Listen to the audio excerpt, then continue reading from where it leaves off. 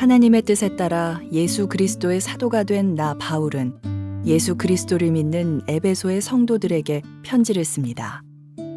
하나님 우리 아버지와 주 예수 그리스도의 은혜와 평안이 여러분과 함께 하기를 빕니다. 우리 주 예수 그리스도의 아버지 되시는 하나님께 찬양을 드립니다. 하나님께서는 하늘에 있는 모든 영적인 복을 그리스도 안에서 우리에게 내려주셨습니다. 하나님께서는 이 세상이 창조되기 전 그리스도의 사랑 안에서 우리를 흠없는 거룩한 백성으로 선택하셨습니다. 또한 그때부터 예수 그리스도를 통해 우리를 자녀 삼으시기로 작정하셨습니다. 하나님께서는 이 일을 바라시고 또 기뻐하셨습니다. 놀라운 은혜를 내려주신 하나님께 찬양을 드립니다.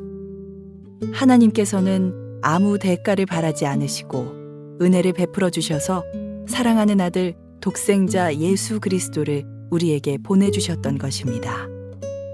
그리스도 안에서 우리는 그의 보혈로 자유함을 얻었습니다. 또한 하나님의 풍성한 은혜로 죄사함도 받았습니다. 하나님께서는 풍성한 지혜와 지식으로 우리에게 한 가지 비밀을 가르쳐 주셨습니다. 그것은 하나님께서 그리스도를 통해 우리를 구원하시려는 뜻을 가지고 계시다는 것이었습니다. 때가 되면 하나님은 그 계획을 분명히 이루실 것입니다. 땅과 하늘에 있는 모든 것의 으뜸이 되신 그리스도 예수 안에서 하나가 될 것입니다. 모든 것을 그의 뜻대로 이루시는 하나님께서는 오래전에 이미 우리를 하나님의 백성으로 예정해 놓으셨습니다. 그리스도 안에서 첫 소망을 가진 우리들을 통해 하나님께서는 찬양을 받기 원하십니다. 여러분이 구원의 기쁜 소식인 진리의 말씀을 듣고 믿었을 때 하나님께서는 그 표시로 우리에게 약속하신 성령을 보내주셨습니다. 성령이 우리와 함께 하실 때 우리는 하나님께서 약속하신 모든 것을 받을 것입니다. 성령은 하나님께 구속함을 받은 모든 자들에게 큰 자유를 주셔서 하나님께 찬양을 돌리게 하실 것입니다. 자, 우리 가슴에 손을 얹고 믿음을 고백하고 오늘 주께서 우리에게 주시는 말씀 듣도록 하겠습니다. 제가 먼저 고백하겠습니다. 하나님은 나를 사랑하십니다. 나는 그 사랑 안에 있습니다. 하나님은 오늘 나에게 말씀하실 것입니다. 그 말씀에 능력이 있습니다. 그 말씀에 생명이 있습니다. 나의 마음을 하나님께 열겠습니다. 나의 생각을 예수님께 집중하겠습니다. 들은 만큼 변합니다. 들은 만큼 행복해집니다. 하나님께서 저희 서울드림교회에게 2019년 주신 방향, 그리고 그분의 마음은 교회의 본질에 대한 것입니다. 그리고 우리는 그 본질을 거룩한 사귐, 아름다운 나눔이라고 하는 표현 속에 담아 보았습니다. 교회가 교회의 본질을 회복하기 위해서는 하나님과의 거룩한 사귐을 통해서 성도들과의 거룩한 사귐이 일어나야 되고, 거기에서 은혜가 충만해져서 세상과 서로를 향해서 아름다운 나눔을 흘려보내게 될 때야말로 진정한 교회가 된다라고 하는 것을 저희들이 고백하려고 합니다. 많은 사람들이 예수님에 대해서도 호감을 가지고 있고 믿음에 대해서도 호감을 갖고 있는데 교회를 향해서는 부정적인 마음을 갖고 있는 것을 보게 됩니다. 그리고 우리는 교회를 사랑하는 사람들로 솔직히 그런 사람들 앞에서 이렇게 겸손히 인정해야 할 것입니다. 그렇습니다. 교회는 부족하고 못난 면이 많이 있습니다. 교회가 힘든 곳이 될 수 있다라고 하는 것도 우리는 겸손히 인정해야 할 것입니다. 그래서 어떤 사람들은 교회를 다니다가 중간에 그만두고 포기를 하게 되죠. 그러나 신앙인에게 신앙생활에 있어서 가장 큰 실수 중 하나는 교회를 무력하고 하찮게 여기는 것입니다. 또 교회가 나와는 무관한, 나의 성장과 성숙과는 무관한, 주님께서 나를 향해서 가지고 계신 의도와는 무관한 것으로 치부해 버리는 것입니다. 교회에 대한 소망까지 무시하는 것은 신앙인에게 절대로 있어서는 안 되는 커다란 실수가 됩니다. 우리는 교회에 대한 이야기를 2019년 첫 번째 주일부터 다시 시작해 보려고 합니다. 그리고 바로 거기서 그리스도를 만나고 그분을 알아가고 그분과 다시 사랑에 빠지며 그분의 장성한 분량까지 성장하고자라고 하는 그런 기대감으로 우리 스스로를 다시 한번 채워 보려고 합니다. 교회는 사람 냄새가 풀풀 나는 곳입니다. 그러나 거기서 거룩한 사귐과 아름다운 나눔이 일어날 때 그것은 사람을 살리는 하나님의 선물이 된다라고 하는 것을 우리는 굳게 믿습니다. 아멘으로 받으시기 바랍니다. 사람 냄새 많이 나는 교회가 거룩한 사귐과 아름다운 나눔이 힘차게 일어날 때 여전히 교회는 세상을 향한 대안이 될 것이고 소망이 될 것입니다. 거룩한 사귐과 아름다운 나눔이라고 하는 교회에 대한 본질을 고민하기 위해서 저희는 오늘부터 에베소서 말씀을 좀 보려고 합니다. 에베소서라고 하는 서신서는 교회의 본질과 교회의 목적, 교회의 아름다움에 대한 것을 그대로 보여주고 있는 책이기 때문에 에베소서를 함께 묵상하면서 우리 안에 다시 한번 예수 그리스도의 교회됨이 어떤 것인지, 예수의 공동체로 살아간다는 것이 어떤 의미인지, 우리가 추구해야 되는 사귐과 나눔은 과연 어떤 삶인지 돌아보는 은혜가 있기를 바랍니다. 먼저 오늘 본문을 보기 전에 에베소라고 하는 도시에 대해서 조금 설명을 드려야 될 것 같은데요. 에베소라고 하는 도시는 아시아 지역의 가장 중요한 도시였습니다. 아시아 지역이라고 하면 옛날에는 이제 터키 지방이 되는 거겠죠. 로마 제국에서 로마와 알렉산드리아 다음으로 세 번째 큰 도시가 에베소였습니다. 인구가 20만에서 25만 정도 됐다고 하니까 굉장히 큰 규모의 고대 도시였죠.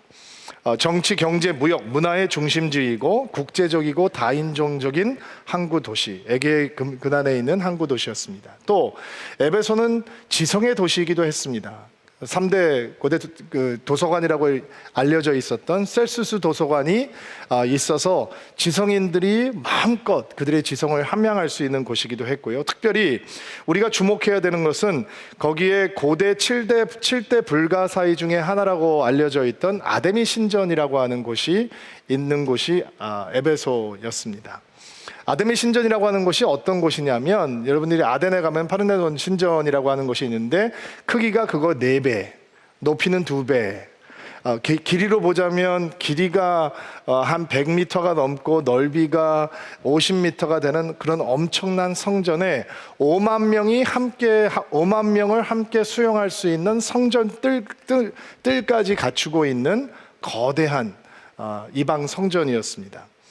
풍요의 신, 다산의 신 아데미를 숭배하는 제사가 시작이 되면 그 제사의 클라이막스가 이르게 되면 그 성전에 속해 있던 수천 명의 창기들이 나와서 제사를 드리고 있는 남자들과 온갖 음란하고 남잡한 문화를 만들어내는 그런 곳이 바로 에베소였습니다. 경제적으로 풍요하고 정치적으로 안정적이고 문화적으로도 굉장히 앞선 것 같지만 그들의 영적인 세계는 엄청난 타락 속에 빠져 있고 영적인 부도 상태에 있는 그런 곳이다라고 생각하면 우리 이해가 쉬울 것입니다. 그런데 바울이 이런 에베소에서 복음을 전했습니다.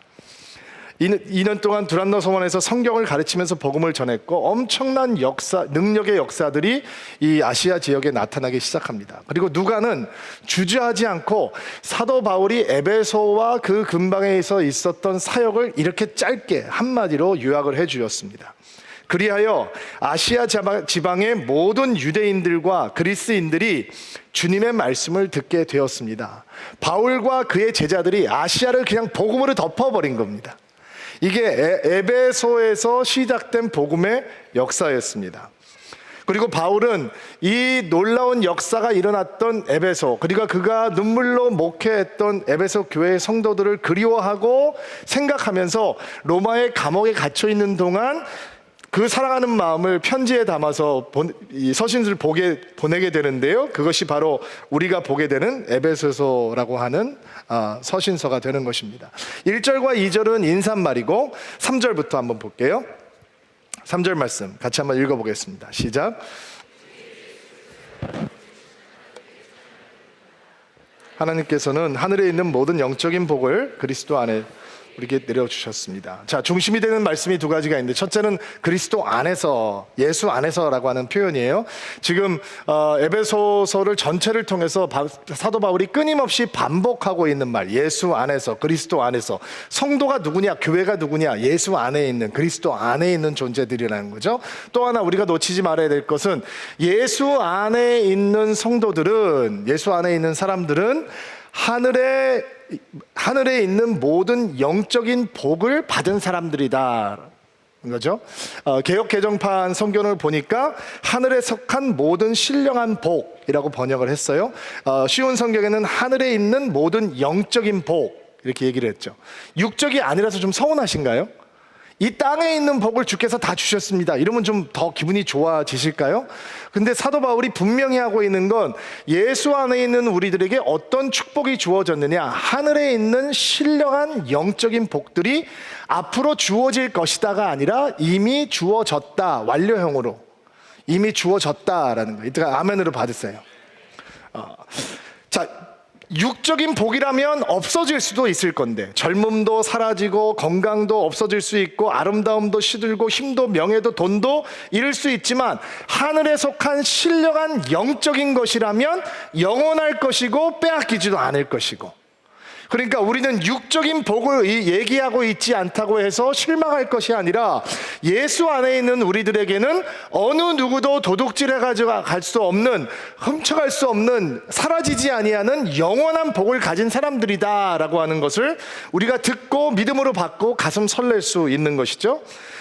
이 얘기가, 하나님께서 우리에게 영적인 축복을 부어주신다라고 하는 얘기가 이 땅에서 살고 있는 삶에 대해서 하나님이 관심이 없다라고 하는 의미는 절대로 아니에요. 왜냐하면 예수님께서 이 기도를 가르쳐 주시면서, 너희는 오늘 일용할 양식을 우리에게 주옵소서라고 기도하라라고 가르쳐 주셨잖아요. 그러니까 하나님께서 우리가 이 땅에서 살고 있는 삶에 대해서 관심이 없다라고 하는 뜻이 아니라, 하나님의 우선적인 관심사는 예수 안에 있는 우리들이 하늘에 있는 모든 신령한 영적인 복을 받는 것에 먼저 있다라는 거예요. 이 복이 여러분 가운데 임한 것을 믿는 축복이 있기를 바랍니다. 그러면 궁금하지 않습니까? 우리가 예수 안에 있죠. 그렇죠? 아멘. 우리가 예수 안에 있는데, 그렇다면 내가 예수 안에 있기 때문에 하늘의 모든 신령한 영적인 복이 우리에게 주어졌다면, 과연 그 복은 어떤 복들인가, 그것들을 다시 한번 확인하고 우리의 영혼 가운데 주님을 향한 감사가 가득해지는, 그래서 성찬의 자리로 나아가는 복된 1월 첫째 주일이 되기를 바랍니다. 자, 4절 말씀 같이 한번 볼게요.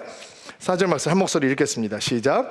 하나님께서는 이 세상이 창조되기 전 그리스도 사랑 안에서 우리를 흠없는 거룩한 백성으로 선택하셨습니다. 자, 어떤 복이 우리에게 주어졌느냐? 선택의 축복이죠. 택함의 축복.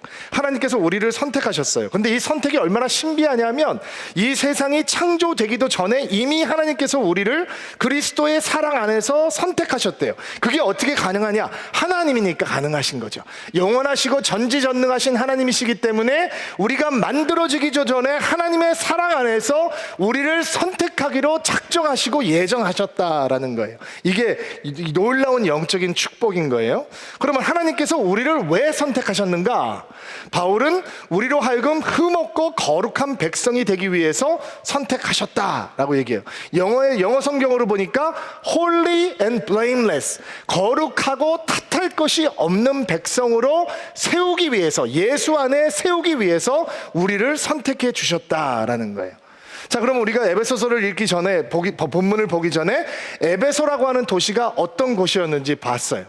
겉으로 보기에는 로마 제국의 모든 영화를 누리고 있는 것 같지만, 영적인 눈을 떠서 보면 그 도시는 타락한 도시고, 탐욕과 정욕과 음란과 우상의 영이 가득한 곳이었어요. 근데 그런 그 우상의 도시, 탐욕과 욕심이 가득한 도시 안에 예수 그리스도의 사람들을 하나님께서 선택하셨어요. 어떻게 세우시기 위해서? 거룩하고 흠없는 백성으로 세우기 위해서 에베소에 있는 주의 백성들을 선택하셨다라는 거예요. 이 선택은 단순히 보호의 차원, 소극적인 차원이 아니에요. 조금 더 적극적이고 도전적인 차원으로 받아들여야 돼요. 예수 안에 있는 성도들이 타락한 에베소를 거룩하고 성결하게 만드는 하나님의 대사로 세워주셨다는 거예요. 아멘으로 받으세요. 실제로 바울이 에베소에서 복음을 전하는데 귀신이 떠나가고 악령들이 막 떠나가는 역사들이 나타나거든요. 근데 이 에베소라고 하는 나라가 이 도시가 영적으로 얼마나 혼탁한 곳이었냐면 점치는 사람들이 많았어요. 마술하는 사람들이 많았다라고 사도행전이 얘기해요. 그리고 사도행전에서 바울을 통해서 막 엄청난 성령의 역사가 나타나고 악한 영들이 막 떠나가고 이런 역사들이 나타나니까 사람들이 하나님을 두려워하는 마음으로 가득해져서 자기의 점술책들, 마술책들을 가지고 와서 불태우기 시작하는데 그 분량이 얼만큼이냐? 은화로 따지면 그 값어치가 5만 개 의 값어치라는 거예요. 너무 궁금하죠? 이게 어느 정도의 값어치인지. 은화 한 립이 하루 품삯이에요. 그러니까 5만 일 동안 일을 해야 되는 거예요. 제가 이게 궁금해서 계산을 해보지 않았겠어요? 주 7일 근무하는 사람은 136년, 주 5일 근무하는 사람은 188년 동안 일해야 얻을 수 있는 품삯이 그냥 사람들이 태워버리기 시작하는 거예요. 그리고 하나님을 두려워하고 경외하는 마음으로 가득해졌다라고 얘기해요. 도시를 정결케 하는 영적인 축복이 예수 안에 있는 성도들, 사귐과 나눔 안에 있는 교회를 통해서 이 거친 에베소를 덮고 있었다라는 거예요. 놀랍지 않습니까? 여러분 가슴이 뛰지 않습니까? 우리 때문에 서울이 더 정결해질 수 있다라는 거예요. 우리 때문에 우리가 진짜 교회됨을 회복하면 우리 안에 있는 영적인 축복이 강력해지고 이 앞으로 전진하고 나아가기 시작하면 우리가 이 땅을 이렇게 더러운 채로 우리 자녀들에게 물려주는 것이 아니라 더 순결한 땅으로, 더 정결한 땅으로 변화시켜서 우리 자녀들에게 물려줄 수 있다라는 거예요. 여러분 이 땅에 얼마나 정결함이 많이 필요해요? 아시나요? 혹시 눈 열고 사시나요? 우리 땅은 진짜 정결함이 필요한 땅이에요. 진짜 순결함이 필요한 땅이에요. 그런데 교회가 교회다워지면 하나님께서 우리를 선택하셔서 우리를 이 땅에 거룩하고 흠이 없는 백성으로 세워주시면 그러면 이 땅은 에베소 땅이 정결해졌던 것처럼 우리의 땅도 정결해질 수 있다는 거예요. 1907년도에 평양에 장대현 교회에 부흥이 일어났어요. 은혜 받은 성도들이 자신이 훔친 물건을 갖다가 이 가게에다 돌려주는 일이 일어나고 별의별 사건들이 많이 있었다라고 얘기해요. 정말 기적 같은 이야기들이 충만한데 여러분 평양이 뭘로 유명한지 아시죠? 기생이에요. 그런데 기생들이 손님이 없어서 평양을 떠나가기 시작하는 것도 장대현 교회 부흥의 결과였어요. 평양만 그랬던 게 아니에요. 한국만 그랬던 게 아니에요. 세계 곳곳마다 성령의 부흥이 있는 곳에 부흥이 터지고 나면, 하나님의 놀라우신 부흥이 임하고 나면 이 술집이 문을 닫고 노름이 끊어지고 창녀들이 떠나가고 그리고 폭력이 끊어지는 역사들이 있었다라고 기독교 역사는 기록하고 있어요. 그런 거룩한 영향력을 위해서 하나님께서 우리를 선택해 주셨다는 거예요. 예수 안에서. 할렐루야. 네. 하나님께서 우리를 선택하셔서 이 땅의 거룩한 영향력으로 그 거룩하고 순결하고 흠없는 백성으로 세우기 위해서, 그리고 우리가 그런 거룩하고 순결한 흠없는 백성으로 서게 될 때, 세상의 한 중심에 서게 될 때 교회는 교회다워지는 것입니다. 사도 바울의 말에 귀를 기울여 보시기 바랍니다. 여러분의 육신이 연약하기 때문에 일상적인 말로 예를 들어 말하겠습니다. 여러분이 전에는 여러분의 몸을 더러움과 불법의 종으로 들여 불법을 행했습니다. 그러나 이제는 여러분의 몸을 의의 종으로 들여 거룩함에 이르십시오. 이게 선택의 결과인 거죠. 하나님께서 우리를 이 땅 가운데 거룩하고 순결하고 흠없는 백성으로 삼으시기 위해서 만세전부터 우리를 예정하고 택정하사 선택해 주셨다라는 거예요. 이게 우리에게 임한 축복이에요. 5절 6절 말씀. 자, 두 번째, 하나님께서 우리에게 또 어떤 하늘의 영적인 복을 주셨는지 5절 6절 말씀 읽어볼게요. 시작.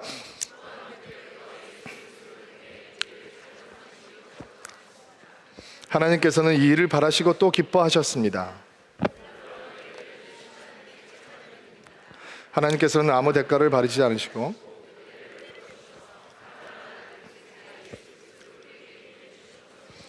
자, 두 번째, 예수 안에서 우리에게 부어주신 하늘의 신령한 영적인 축복은 자녀됨이에요.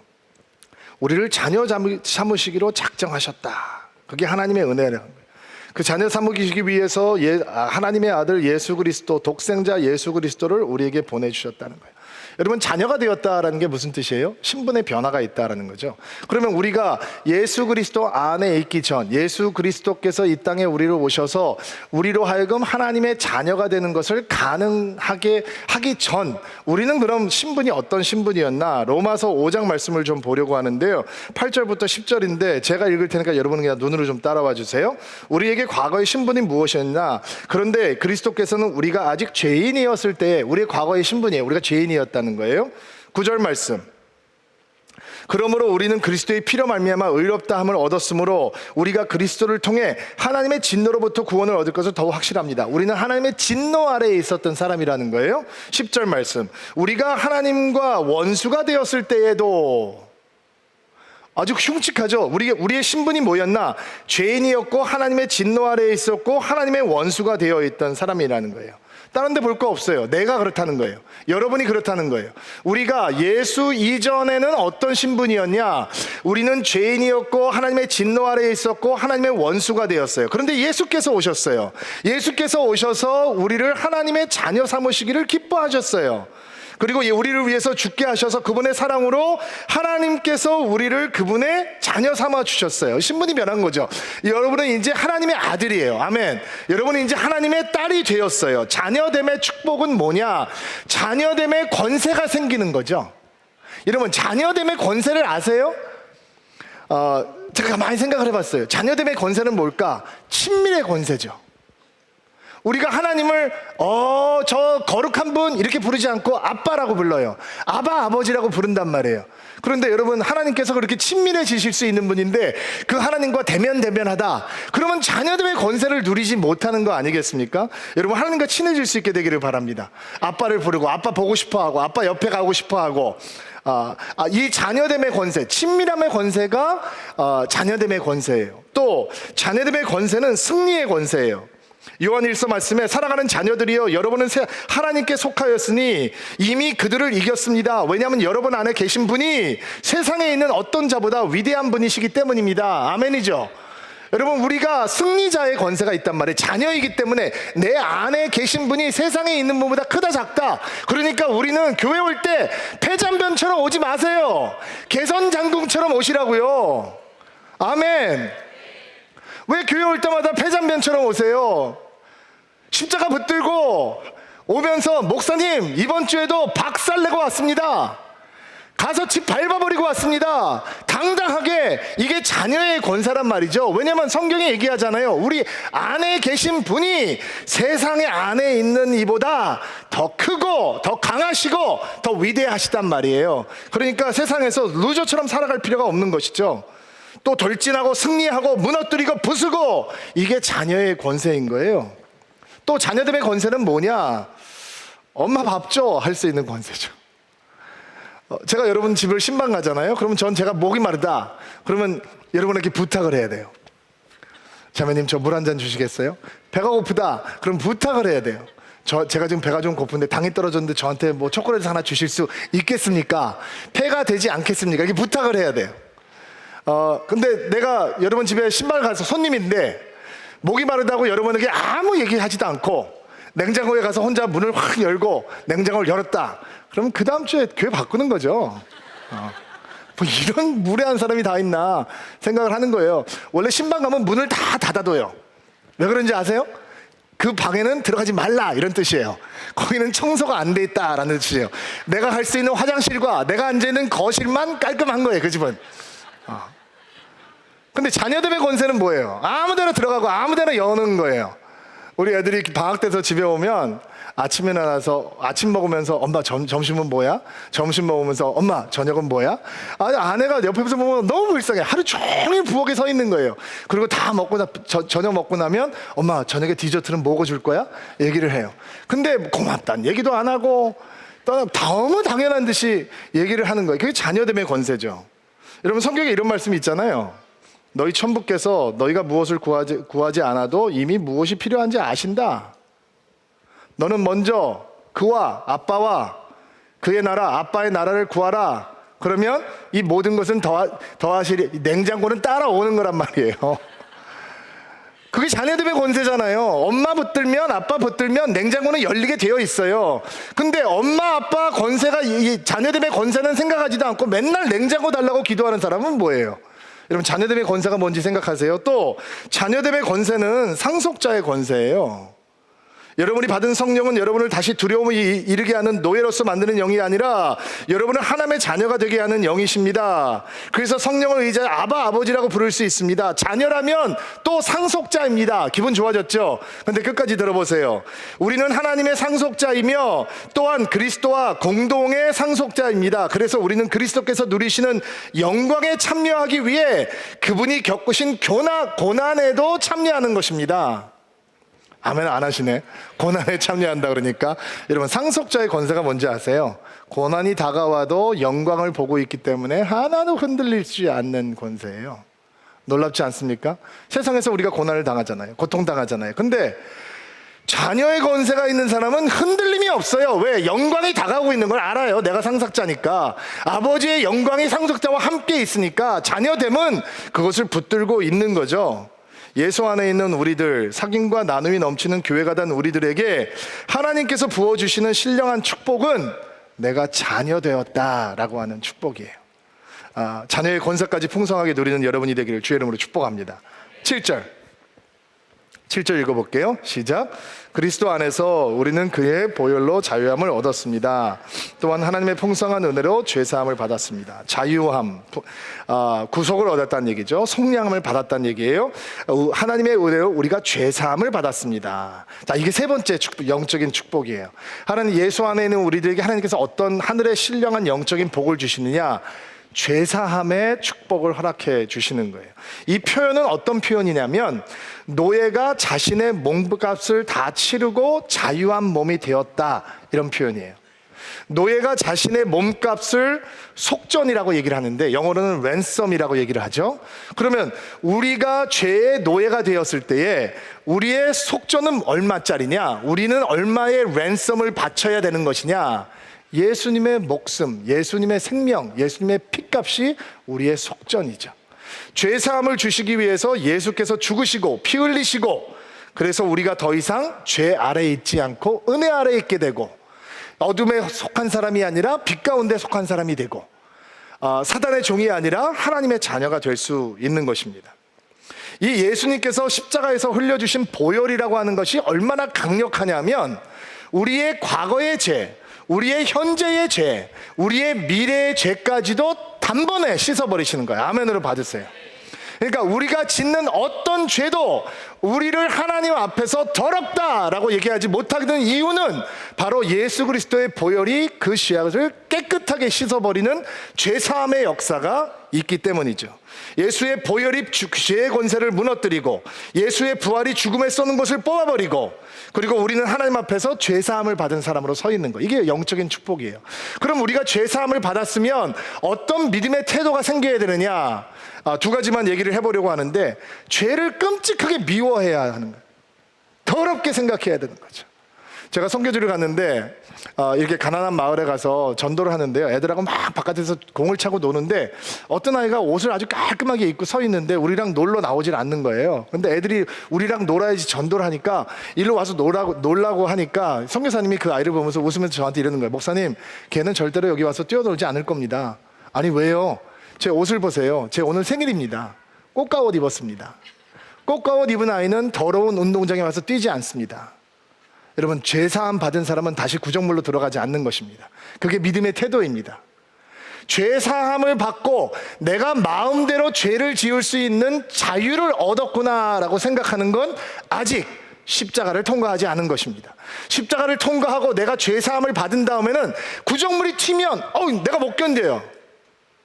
빨리빨리 회개해야 되고, 빨리 보혈을 붙들어야 되고, 십자가를 붙들어야 되고, 어떻게 해서든지 내가 정결한 모습을 가지고 있는 것을 기뻐하게 되는 것입니다. 이게 바로 죄사함을 받은 사람들이 가지고 있는 믿음의 태도입니다. 또 하나 있습니다. 죄사함을 받은 사람은 하나님을 향해서 달려가는 태도가 다릅니다. 여러분, 아담과 하와가 죄진 다음에 어떻게 했어요? 하나님이 나타나시니까 하나님을 향해서 달려가나요? 아니죠. 피해 숨잖아요.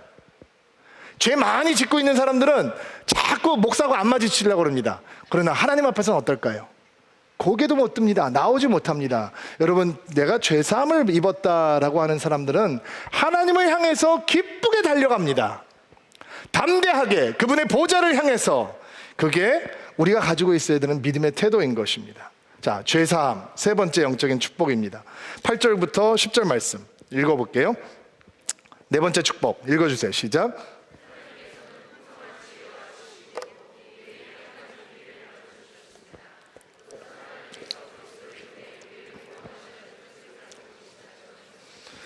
때가 되면 하나님은 그 계획을 분명히 이루실 것입니다. 땅과 하늘에 있는 모든 것의 으뜸이 되신 그리스도 예수 안에서 하나가 될 것입니다. 예수 안은 우리들에게 하나님께서 부어주신 하늘의 영적인 축복은 하나님의 구원의 비밀의 뜻을 그대로 다 알려주시는 거예요. 여러분, 요즘 비밀이라고 하는 거 잘못 따라갔다가 큰일 나요. 아시죠? 이단들이 전부 다 비밀을 안다고 얘기하거든요. 근데 성경에는 뭐라고 얘기하냐면 하나님께서 비밀을 가르쳐 주셨대요. 그 비밀이 누구 안에 있냐? 예수 안에 있는 거예요. 그 비밀은 무엇이냐? 하나님께서 예수를 통해서 구원을 주셨다라고 하는 비밀이에요. 그거는 감추어지지 않았어요. 예수 안에서 계시된 거예요. 밝히 드러내 주셨어요. 하나님께서 성도들에게 보여주셨다라는 거예요. 근데 잘못 속아 넘어가면 우리가 비밀을 가지고 있으니까 너네 교회에서 안 가르쳐 주니까 우리 교회에서 배워라 라고 하면서 꼬여가는 것이죠. 요즘은 얼마나 우리 신목사님께서 송교영신 예배 때 잠시 언급을 했지만 이당들의 현파가 너무 교묘해지고 심해져 가지고요, 가족끼리도 어디 성경 공부 같이 가자라고 하면 따라가면 안 되는 시대가 됐어요. 아마 우리 교회에도 들어와 있을걸요, 신천지. 분명히 들어와 있을 거예요. 제가 얼마 전에 제 친구 목사님한테 전화를 받았는데, 그 교회가 신천지의 공격을 받았는데 전략이 이런 전략이더라고요. 깜짝 놀랐어요. 자기네 그 교회의 장로들과 교회 리더십들과 이런 사람들한테 메일을 보내가지고 그 교회 담임 목사가 누구를 성폭행을 했고 교회 자금을 횡령을 했고 어느 여성도와 부적절한 관계를 가지고 있다라고 하는 소문을 퍼뜨리는 거예요. 그리고 거기도 지금 특세를 하고 있는데 오밤중에 그 이단들이 와가지고 교회 벽에다가 그 편지를 다 도배를 해놓고, 죄송합니다, 이름을 불러서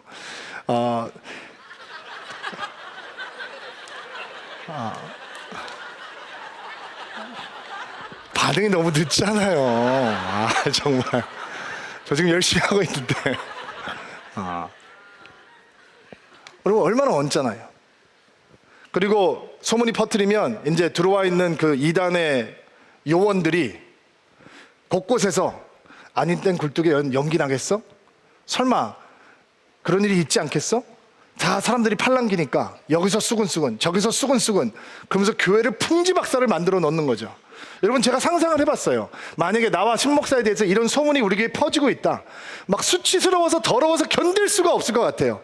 그런 소문을 들으면서 우리가 어떻게 은혜로운 설교를 할 수 있겠어요. 그러니까 전화가 왔더라고요.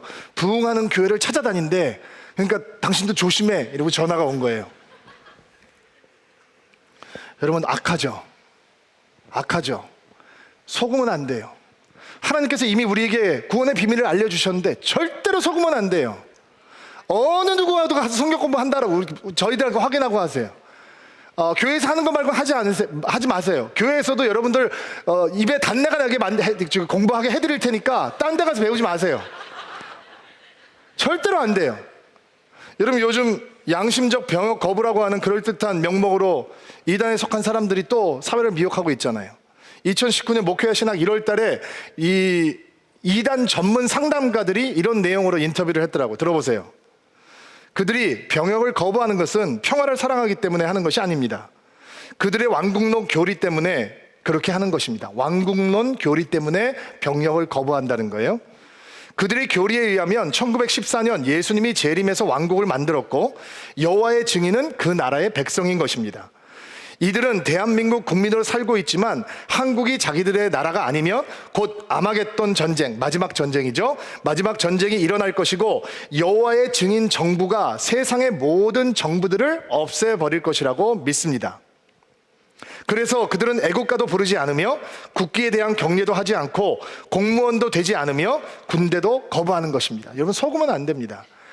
구원의 비밀을 알게 되었다라고 하는 영적인 축복은 이 땅에 어떤 거짓된 영, 미혹하는 영에게도 속아 넘어가지 않는 것입니다.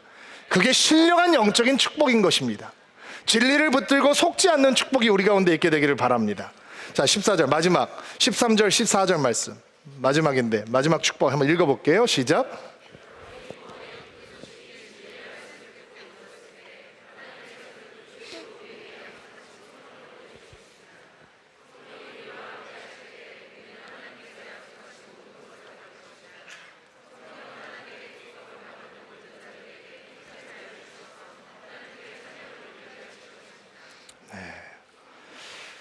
예수 안에 있는 우리에게 부어주시는 하나님의 신령한 영적인 축복은 성령님이시죠. 성령께서 오신다는 거예요.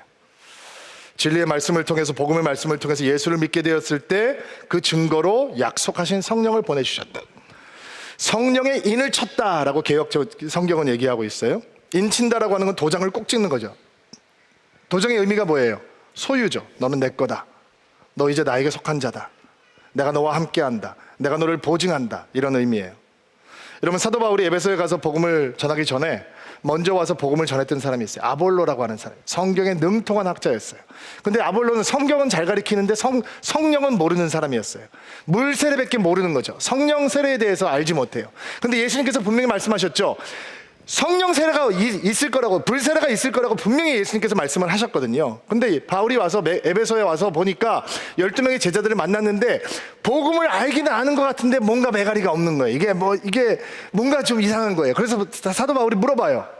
당신들은 믿을 때 성령을 받았습니까? 그러니까 에베소에 있던 제자들이 뭐라고 얘기를 하냐면 우리는 성령이 있다는 것을 들어보지도 못했습니다. 그러니까 깜짝 놀라서 이 성령에 대해서 설명을 해주고 안수하고 기도를 하니까 성령께서 임하시고 그들이 성령으로 충만해져서 방언을 말하고 예언을 말하기 시작해요. 그리고 에베소에서 어떤 역사가 나타나냐면 성령의 능력으로 병자가 낫고 귀신이 떠나고 악한 영들이 나가고, 얼마나 성령의 역사가 강력했냐면 이 사도 바울의 손수건이나 앞치마를 아픈 사람들 위에다 갖다 놓으면 나았다라고 얘기했어요. 사람들이 점 보는 책들을 갖다가 다 태우면서 하나님을 경외하고 두려워했어요. 그리고 사람들이 사람들 앞에서 자기의 죄를 고백하고 회개했어요. 이게 다 성령의 역사인 거예요. 여러분, 성령께서 오시기 전과 오신 후의 제자들을 비교해 보세요. 낮과 밤이잖아요. 하늘과 땅의 차이가 있잖아요. 성령께서 오시기 전에는 예수님의 제자들은 예수님을 배반하고 버리는 도망자들이었고, 성령께서 오시니까 예수를 위해서 죽을지언정 십자가를 붙들고 놓지 않는 백성들이 되었고, 성령이 오시기 전에 아무리 보아도 무식하고 별 볼 일 없는 갈릴리 촌사람이었는데 성령께서 오시고 나니까 공부를 그렇게 많이 하는 사람도 이 베드로와 요한의 언변을 감당할 수가 없는 거예요. 성령이 오시기 전에 그들은 오합지졸이었는데 성령께서 오시고 난 다음에 그들을 통해서 전 세계가 복음으로 변하게 되는 거죠. 오셨단 말이에요, 여러분에게. 근데 왜 성령의 능력이 안 나타나느냐? 성령의 능력은 기도해야 나타나는 거예요. 기도해야 릴리스가 되는 거예요. 성령이 이미 오셨는데, 인을 치셨는데, 도장을 찍었는데 성령의 능력이 나타날 수 있도록 기도하지 않으니까 성령이 흘러 넘치지를 못하는 거예요. 근데 기도를 통해서 성령의 능력이 나타나면 여러분, 하늘의 능력을 맛보게 되는 것입니다. 제가 존경하는 멘토 가운데 한국에서 예수전도단을 시작하신 오대원 목사님이라는 분이 계십니다. 1961년에 한국에 선교사로 나오신 분이십니다. 1953년에 청소년 집회에 가서 자기의 삶을 하나님 앞에 드리고, 참 이게 오묘하죠. 53년이면 한국 전쟁이 끝나던 해잖아요. 그때 내가 선교사야 되겠다라고 생각을 하고 신학교에 가서 사모님 만나서 결혼하고, 그리고 60년부터 61년까지 대학교 사역하면서 준비하다가 61년도에 한국에 파송을 받아서 나오는데, 보통 선교사가 한국에 파송받아 나오기 전에 이제 후원들 교회들을 찾아다녀야 되잖아요. 어느 교회를 가셨대요.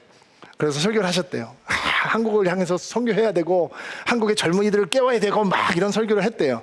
근데 설교가 끝나자마자 어떤 할머님이 이렇게 나오시더니 오대원 목사님한테 그러시더래요. 이보게 젊은이, 성령 받고 다시 오게. 기가 막히죠.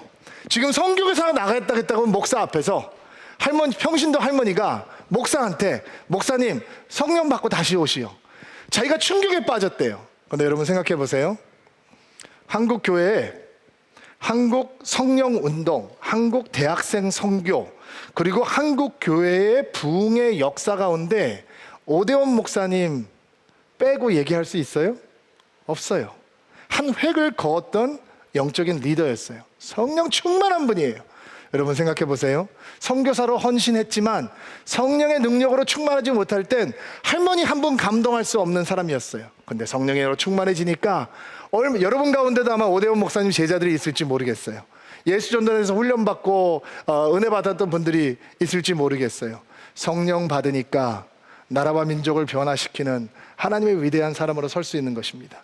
바로 이런 영적인 축복이 오늘 예배하는 드리빈들 가운데 충만하게 되기를 주의 이름으로 축복합니다. 새벽에 나오셔서 성령의 이름을 부르고 기도할 때 여러분 안에 임하신 성령이 충만하게 여러분을 채우시고 역동하는 놀라운 자리가 될 것을 주의 이름으로 축복합니다. 같이 한번 기도합시다. 새해 첫 성찬의 자리로 여러분을 초청합니다. 그 성찬의 자리에서 회복과 치유, 다시 한번 성령의 능력으로 예수의 영으로 가득해지는 자리가 되기를 바랍니다. 주님, 에베소서의 말씀을 시작하며 교회됨의 은혜를 회복하는 축복을 허락하여 주옵소서. 예수 안에 있는 우리에게 하늘의 신령한 영적인 복을 부어주시니 감사합니다. 그 축복을 기억하며 십자가 앞에서 감사가 넘치는 은혜가 있게 하옵소서. 성찬의 자리에서 우리를 만나 주옵소서. 예수님의 이름으로 기도하옵나이다. 아멘.